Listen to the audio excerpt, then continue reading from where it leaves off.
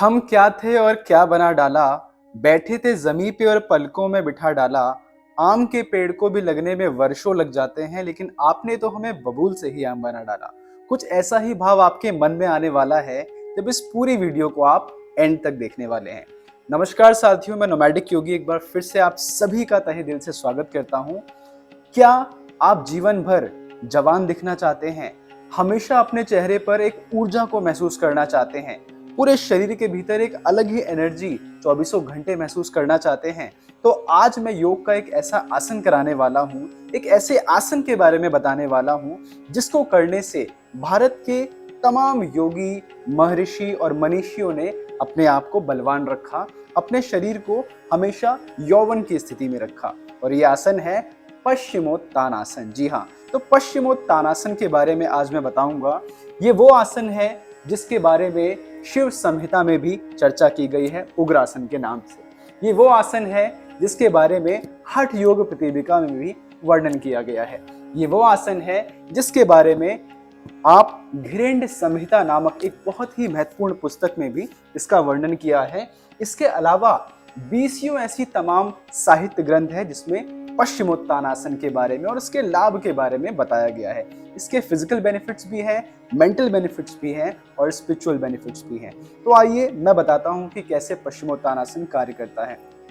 बच्चों के लिए पश्चिमोत्तानासन बहुत लाभदायी है, लेकिन किस प्रकार से पश्चिमोत्तानासन को करके आप हमेशा यंग दिख सकते हैं, जवान दिख सकते हैं? तो जब आप पश्चिमोत्तानासन करते हैं तो पश्चिमोत्तानासन में जो रक्त का संचार है वो सीधा सीधा आपके मेरुदंड यानी कि आपके स्पाइन वाले भाग पर जाता है। और जैसे ही रक्त का संचार आपके स्पाइन पे जाता है तो एक सुनिश्चित मात्रा में, एक सफिशिएंट क्वांटिटी में ब्लड आपके ब्रेन सेल्स तक पहुंचता है। और जब ब्लड आपके ब्रेन सेल्स तक बहुत आसानी से पहुंच जाता है तो पूरी बॉडी के ऑर्गन्स को एक राइट डायरेक्शन में फंक्शन करने के लिए ज्यादा प्रयास नहीं करना पड़ता, क्योंकि आपके ब्रेन से एक करेक्ट इंफॉर्मेशन पूरे बॉडी सेल्स में जा रही होती है। तो आइए समझते हैं पश्चिमोत्तानासन कैसे करें। पश्चिमोत्तानासन करने के लिए हम हमेशा ही एक आसन का चुनाव करते हैं जिसे हम दंड आसन कहते हैं। अगर आप देख पाएं तो जिस स्थिति में मैं बैठा हूं, दोनों पैर हमारे सीधे हैं और दोनों हाथों को आपने कमर के बगल में इस प्रकार से रखा है।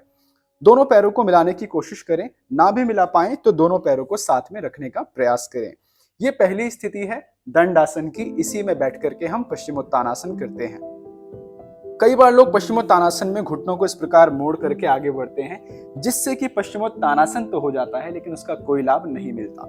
तो पश्चिमोत्तानासन देखा जाए तो शरीर के आगे वाले भाग को हम पूर्व कहते हैं और शरीर के पीछे वाले भाग को पश्चिम कहते हैं। यानी कि आगे वाला जो भाग है वो आपका ईस्टर्न पार्ट है और जो पीछे वाला पार्ट है वो वेस्टर्न पार्ट है। तो पश्चिमोत्तानासन यानी कि शरीर के पश्चिम वाले भाग को तानना। You have to stretch your western part of your body. By the way, this posture is also known as latissimus dorsi muscle stretch pose. जी हाँ, इस आसन को latissimus dorsi muscle stretch pose के नाम से भी जानते हैं। और बेसिकली मैं आपको बताना चाहूंगा कि हमारी पीछे यानी कि हमारी स्पाइन के साथ ही एकदम सीधी लाइन में एक मसल होती है जिसको लेटिसिमस डॉर्सी मसल कहते हैं, और उस पर एक बहुत अच्छा प्रभाव आता है, खिंचाव आता है जब हम पश्चिमोत्तानासन करते हैं। तो आइए सीखते हैं पश्चिमोत्तानासन। दोनों पैरों को सीधा रखें और अपनी पैरों की उंगलियों को आगे की ओर इस प्रकार रखें। इस तरीके से नहीं रखना, आपको इस तरीके से रखना है और घुटनों को मोड़ना नहीं है, जमीन पर रखना है। अक्सर लोग गलतियां करते हैं, लेकिन हम जानेंगे किस प्रकार से सही मात्रा में और सही दिशा में पश्चिमोत्तानासन करना चाहिए। तो सबसे पहले आपको दोनों हाथों को ऊपर उठाना है और श्वास लेना है। लंबा गहरा श्वास लें और चेस्ट का पूरा एक्सपांशन होने दें। दोनों हाथों में खिंचाव आने दें। छाती में श्वास को पूरा भर लें, अपने लंग्स में श्वास को पूरा भर लीजिए और फिर धीरे धीरे श्वास छोड़ते हुए सीधी कमर के साथ आपको आगे की ओर झुकना है। अगर आपको लगे आप ज्यादा, अक्सर लोग क्या करते हैं, इस तरीके से पश्चिमोत्तानासन करते हैं, जो लंबर वाला भाग है वो पीछे की ओर आ जाता है और बॉडी की पोजीशन गलत हो जाती है। तो ये पोजीशन बिल्कुल भी गलत है। हमेशा श्वास भरते हुए आपको दोनों हाथों को खींचना है और श्वास छोड़ते हुए सीधी कमर के साथ आपको आगे जाना है। अगर आप और आगे जा सकते हैं तो आप पैरों को पकड़ें और अपने कमर वाले भाग को नीचे की ओर इस तरीके से पुश करें। ये तो अगर आप यहां रुक पा रहे हैं तो बस यहीं रुक जाएं। श्वास प्रश्वास एकदम सामान्य होगा। श्वास को ना तो रोक के रखना है, ना छोड़ के रखना है। जैसे आ रहे हैं बस वहीं रुके। अगर आपको लगता है आप पैरों को छू पा रहे हैं तो अंगूठे को इस प्रकार से पकड़ें, ये पोजीशन ना रखते हुए लंबर वाले भाग को आगे की ओर पुश करें, लेटिसिमस डॉर्स की मसल को आगे की ओर स्ट्रेच करें और इस तरीके से सामने देखना है।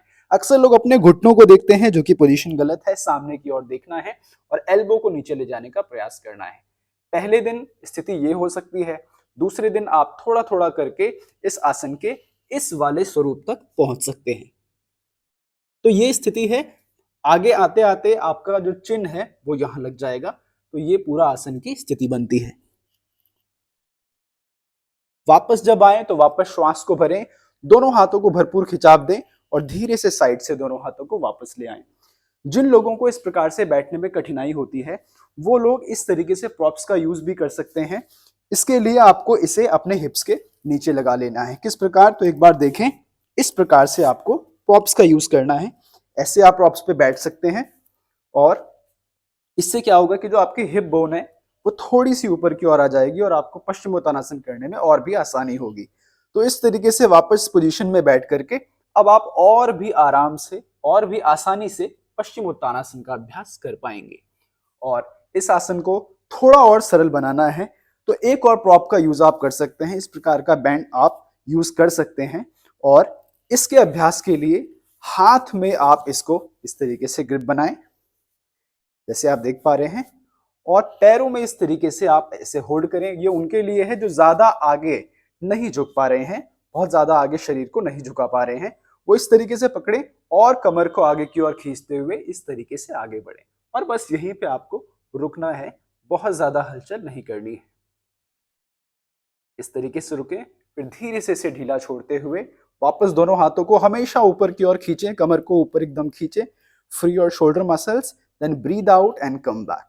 तो इस तरीके से हम प्रॉप्स का यूज करके भी पश्चिमोत्तानासन का अभ्यास कर सकते हैं और जिनसे संभव है वो बिना प्रॉप्स को यूज किए पश्चिमोत्तानासन का अभ्यास करें। तो ये आसन अगर आप रोज करते हैं तो सच में आपका मेरुदंड, आपका जो स्पाइन है और जो आपका कंप्लीट वर्टिब्रल कॉलम है, आपके सर्वाइकल वर्टिब्रा से लेकर के आपके कॉजेक्स वाले भाग तक ये आसन बहुत अच्छा लाभ देगा। सामने से भी इन शॉर्ट में अगर मैं दिखाना चाहूं तो इस तरीके से श्वास लेते हुए दोनों हाथों को ऊपर उठाना है और श्वास छोड़ते हुए सीधी कमर के साथ आगे की ओर झुकना है और जितना संभवतः हो सके आगे जाने का प्रयास करना है।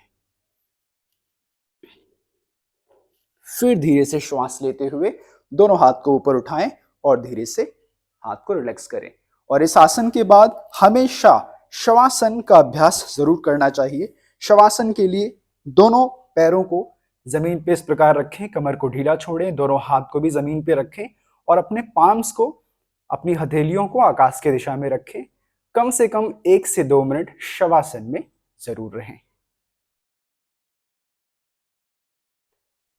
तो ये हमने आज सीखा पश्चिमोत्तानासन। ये एकमात्र ऐसा आसन है जिसका अभ्यास अगर आप रोज करते हैं, कितनी बार करें तो कम से कम 3 से 4 बार करें। कितनी देर करें तो क्षमता अनुसार करें। शुरू में 20 सेकेंड या 30 सेकेंड रुकने का प्रयास करें और धीरे धीरे अपनी स्थिति को बढ़ाएं, 1 से 1 मिनट, 2 मिनट, 3 मिनट, और जितना लंबा अपने आसन को रोक सकते हैं उतना ज्यादा लाभ आपको मिलता रहेगा। आज की वीडियो को देखने के लिए धन्यवाद। इस चैनल पे अगर आप नए हैं तो चैनल को सब्सक्राइब करें और इस वीडियो को अधिक से अधिक लोगों तक शेयर करें। धन्यवाद।